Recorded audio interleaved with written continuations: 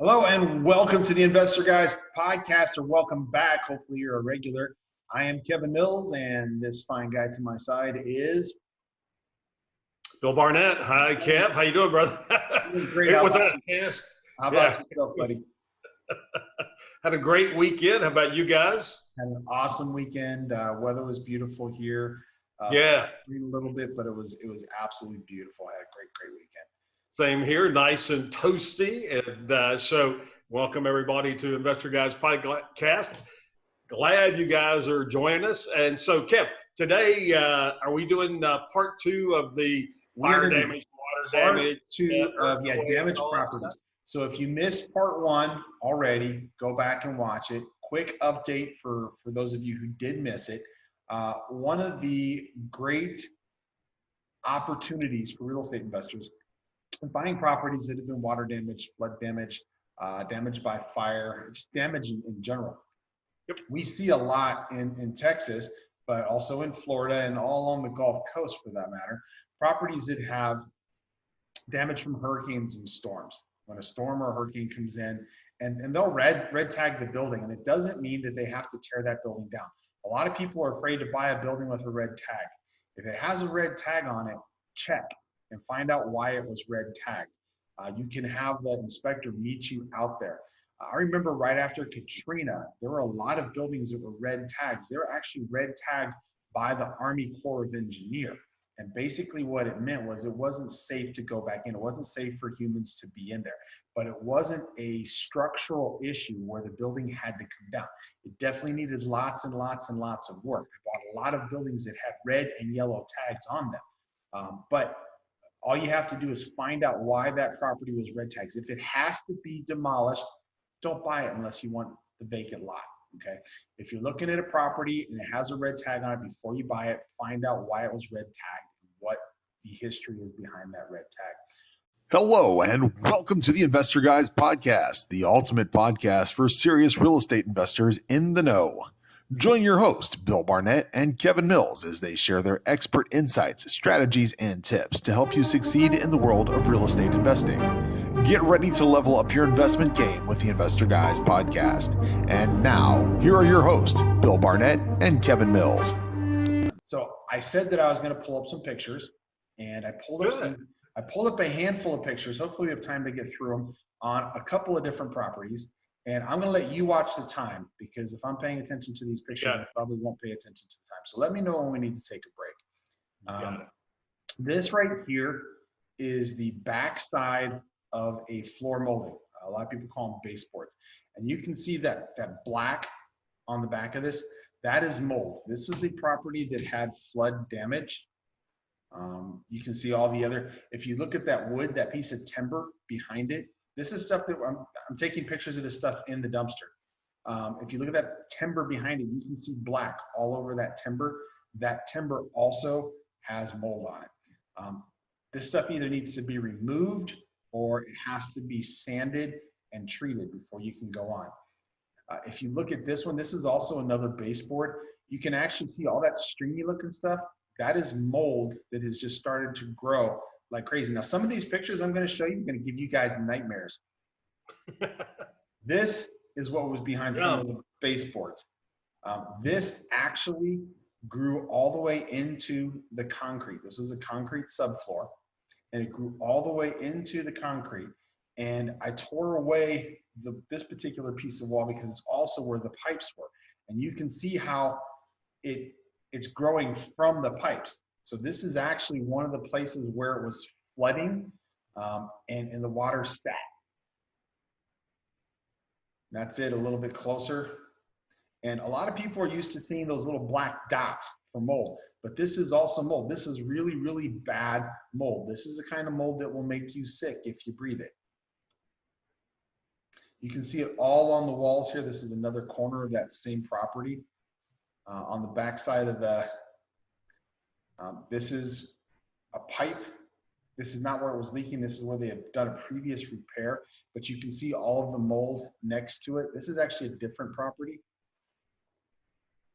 Mold on the floor, mold behind the bathroom. This is one of the places that even if you don't have a flood, This is one of the places you will often find mold because it is just so wet.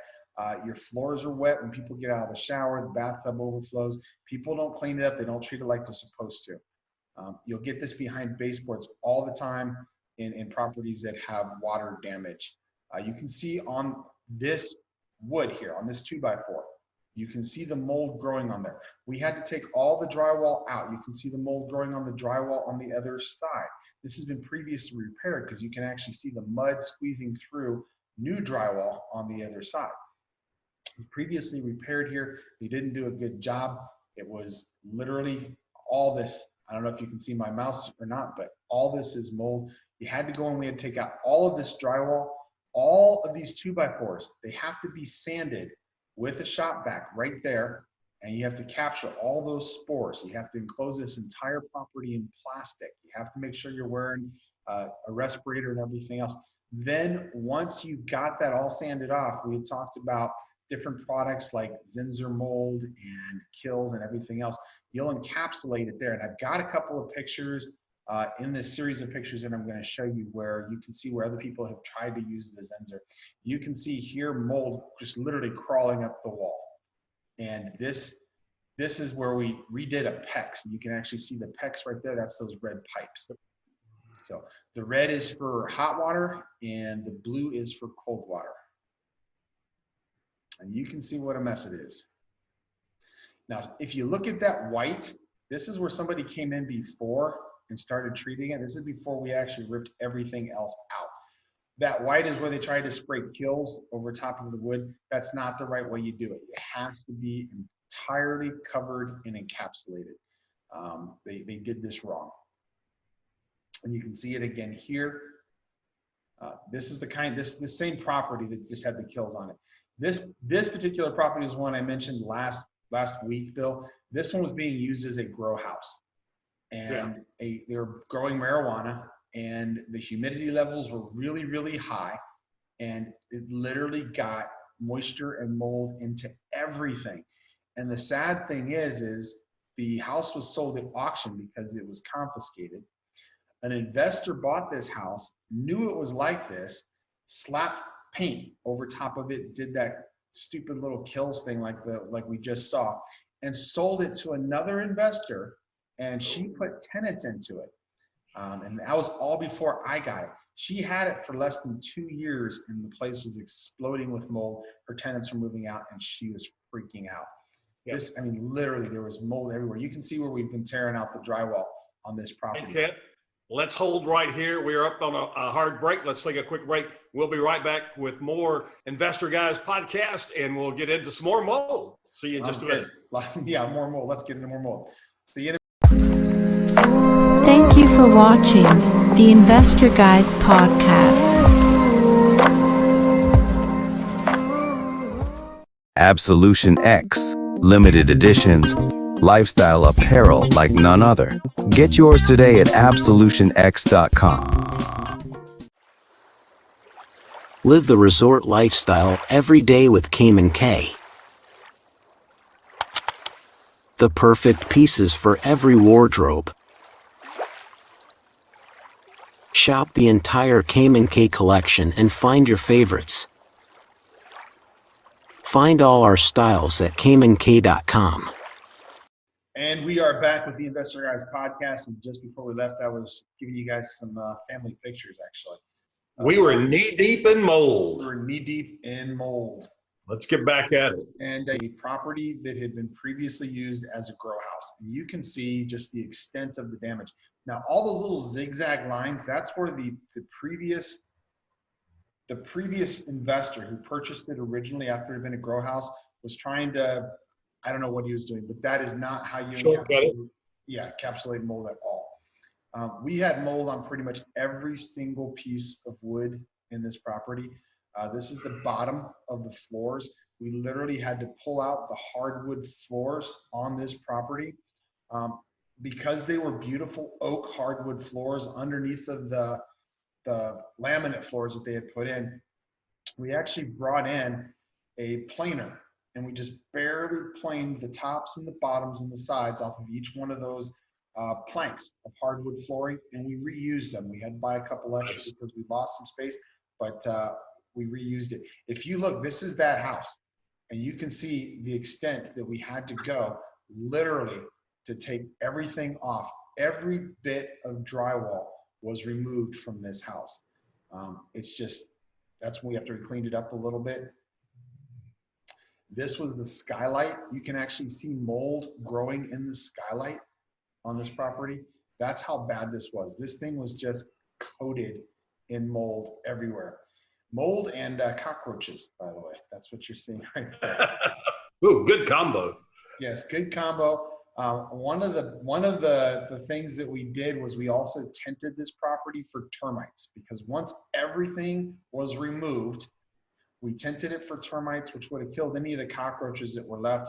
Probably not any cockroaches left because we pulled off all the drywall, all the floors. This house was just framed with an exterior on it. So it had the exterior stucco on it. It was literally, as you can see, just down to the frames. We even replaced the vapor barrier on the inside of the drywall. This was the backyard after a rain. Let me jump ahead to some other properties here. This is that same property, and it was a mess.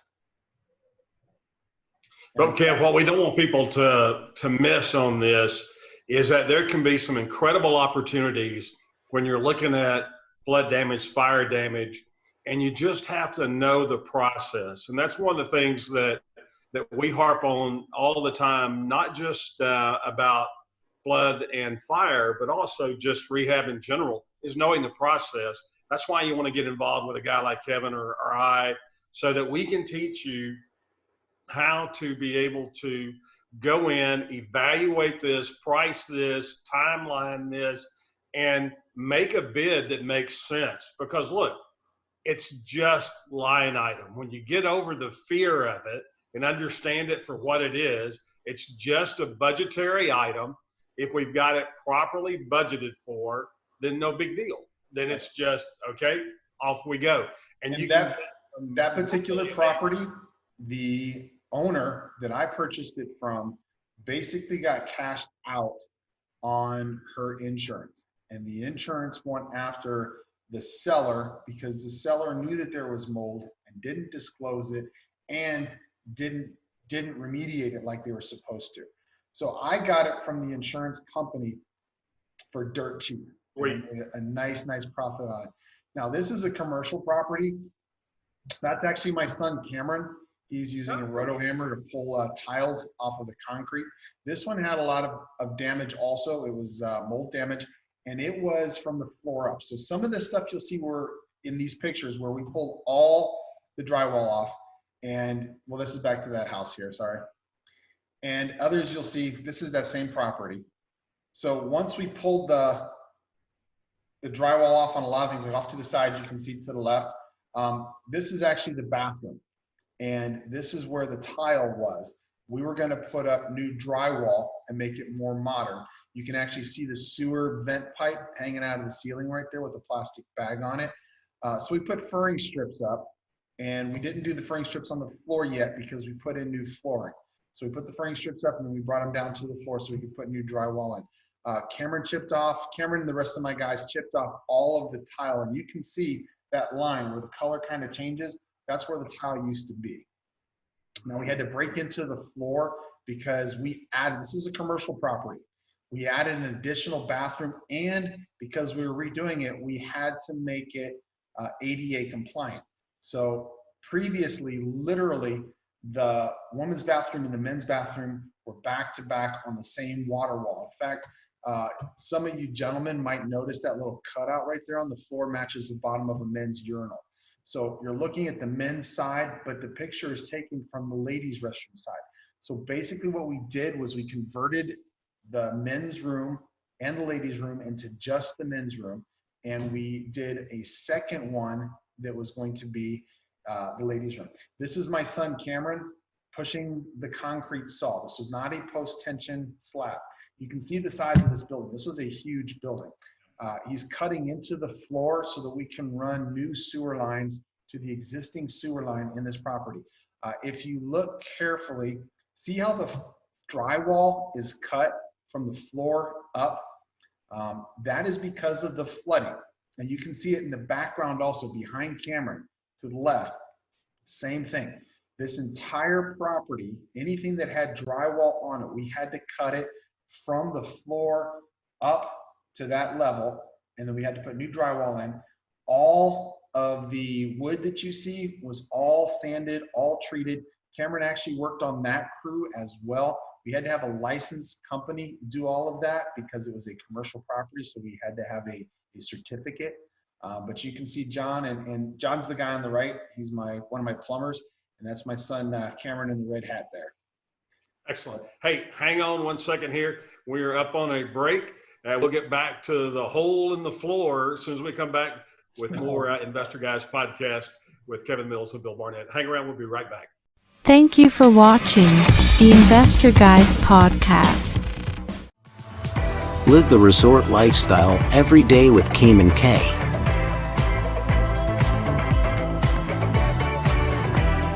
The perfect pieces for every wardrobe. Shop the entire Cayman K collection and find your favorites.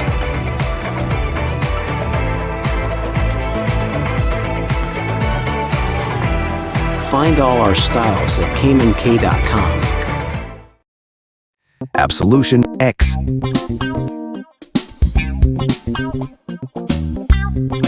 Limited editions. Seek your absolution. Lifestyle apparel like no other. Only at absolutionx.com. And we are back for the Investor Guys podcast. Did you miss me? I missed you. We were gone so long. Yes. And hey, glad you guys are hanging around. We're into segment 3 on this part 2 of doing fire damage, water damage, property that has been in hurricanes, earthquakes, tornadoes, floods. You look at any kind of damaged property out there, and look, it doesn't have to be natural disaster. One of the great water damage properties that I've done was a property that just had a water line, and it was a small water line. In fact, earlier, Kevin had a picture of a bathroom wall. We were talking about mold in the bathroom, and it showed a little feeder line. And that's all that had happened in this particular house was the feeder line where it joins the bottom of the tank had gotten a little split in it and had gone undetected. It was an empty property. And for about 2 weeks, that little bitty feeder line had a small leak in it that created massive, major issues in that property. And when I saw it, had 18 inches of standing water in it in the middle of Texas in the summertime, which it smelled really good, as you might imagine. Delicious. So do we have any more pictures, Kev? We do have more pictures. And the point that we're trying to make to you people is don't just pass on a property because it looks scary. Figure out the opportunity. And generally, everybody is afraid of these properties, which means that it's a greater opportunity. The amount of money that you're going to get these properties for is typically as little as 10% or less of what the actual value of the property is. So when you consider what you're putting into it and what you're getting out of it, and it's fun. It's an amazing experience to do, literally, to see these properties transform under either your own work or your own direction. It's something that you won't forget. It's something that you'll like and you will probably continue to do. But yeah, we have some more. Let's go ahead and get back to those here real quick. All right, so there's the hole where this is actually where the junction was for the existing sewer line. And you can see where it's coming off to the left. And we did all of this once we had already cut out all of the drywall so that we weren't messing it up. And these are other things that you can keep in mind as well. This particular property was an old property that was built in 1960. It had been sitting vacant for a while, not only because of the water damage and everything else, but because it only had one bathroom, and because it wasn't ADA compliant, and because it needed to be updated, and nobody felt like doing that. And this property sat for literally probably 10 or 15 years. Fortunately, they kept it all buttoned up and everything else. So we didn't have a whole lot of like damage from vandalism or anything, but these people are just paying a tax on a commercial property every single year, and they're not making any money at all.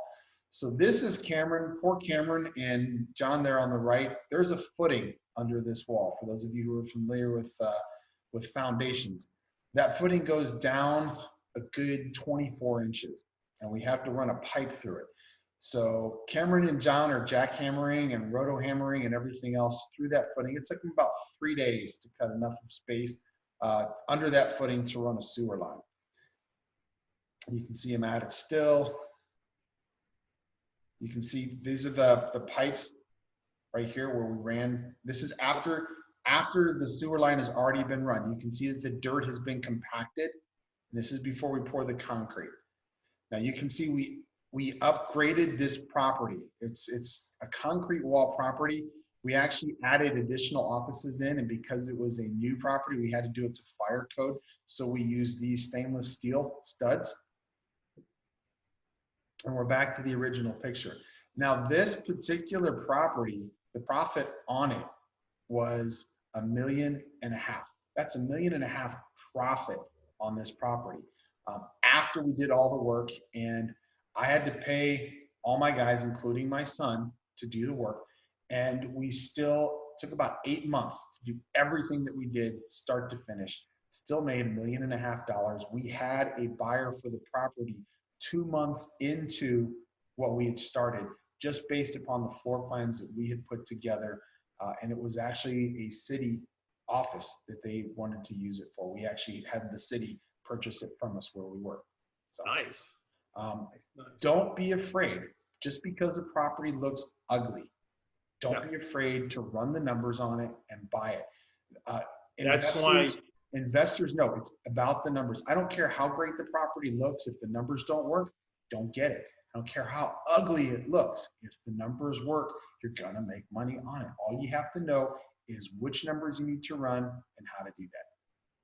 That's one of the reasons that people work with Kevin and I on consulting all the time is that, when the first time you do this, it can be very disconcerting. But if you've got somebody like us working with you that we've done it for years and done tons of these properties, then it's very different when you have somebody that's holding your hand and saying, hey, this is how you do it, and has a chance to look at the property with you, whether that's physically or with all of this mess online and all of the COVID, whether it's doing a Zoom, a Facebook Live, whatever it happens to be, FaceTiming, a lot of ways to do this and to make it work so that there's a great profit in there. So I think that's the thing that he and I are just really hammering home today. No fear.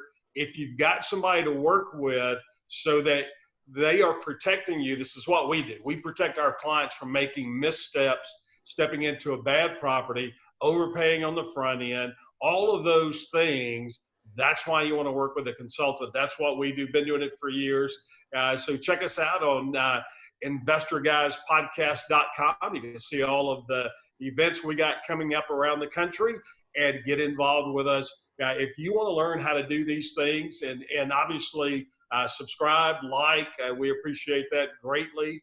Tell your investor friends about this or people that might be interested in starting in real estate investing. Great place to be. Yeah. And keep in mind, we see a major storm, hurricane event like this every 5 to 7 years. There are still properties in Key West, Florida and Houston, Texas from the hurricane that they saw, 3 years ago? Was it 4 years ago? There are still properties available from that event right now, years later, and in good areas. Key West is an amazing area. The area of Sugar Land in Houston is a good area. It got hit hard. There are still properties available there. The longer they sit, obviously, the worse they are, but the more motivated the insurance company or the owner who has that property is going to be to get rid of that property. There are people who just specialize in this kind of thing. Right after Katrina, when I was in New Orleans, there were lots and lots and lots of real estate investors that is what they were looking for specifically. And I'll tell you, the scariest properties I ever saw anywhere. You saw some scary pictures. scariest properties I ever saw was in Katrina, because those properties sat for over a month in Louisiana heat, and we would get in there and they would still have just any low point or anything that was contained, like a refrigerator or a bucket or a toilet or anything else, just the foulest, nastiest smelling. The contractors called it Katrina soup. Ugh. It was vile. It would make you want to throw up the minute you just smell that smell. But great opportunities. Yep. And hey, we want you to take advantage of those opportunities. Join us each and every week. We're here twice a week with more Investor Guys podcast with Kevin Mills and Bill Barnett. And thanks for being here today. And Kevin, brother, great show, guy. Excellent job. Great to see you again, and I'll talk to you soon. Thank you for tuning in to the Investor Guys podcast. We hope you enjoyed today's episode. Don't forget to subscribe and stay updated on the latest trends and insights in the world of real estate investing. Also, don't forget to check us out and see all of our episodes at theinvestorguyspodcast.com. Email us, contact@investorguyspodcast.com. Remember, the key to financial success lies in staying informed and taking action. Stay tuned for our next episode, and until then, happy investing.